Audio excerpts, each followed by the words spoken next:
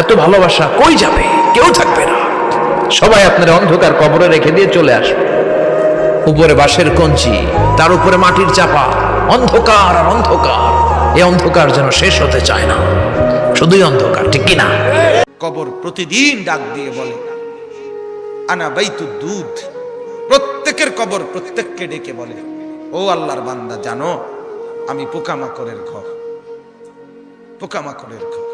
তুমি তো সেই বান্দা যে একটা মশা কানের পাশ দিয়ে উড়ে গেলে তোমার ঘুম বন্ধ হয়ে যায়, চোখ মিলে যায়। একটা মশার গুনগুন আওয়াজ সহ্য করতে পারো না।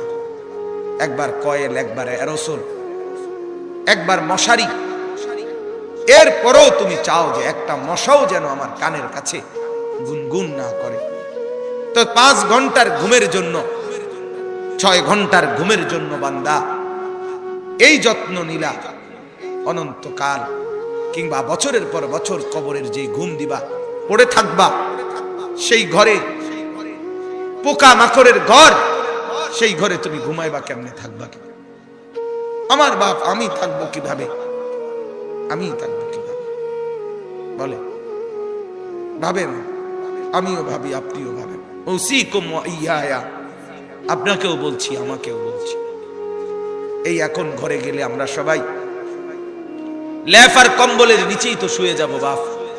কিন্তু একবার ভাবেন তো, যার মা কবরে, মার কবরে লেফ কম্বল আছে কি? যার বাপ কবরে আছে এই মুহূর্তে, বাপ আপনি ভাবেন তো। আমার এক পরিচিত মানুষ একতলা বাড়ি করছে ঢাকা, 4.5 কোটি টাকা খরচ করে, শুধু একতলার মধ্যে খরচ করছে। কিছুদিন আগে ইন্তেকাল করছে। ছেলেরা, তার গ্রামে জানাজা হবে পরের দিন দুপুরে। সন্তানরা ওই শেষ রাতটা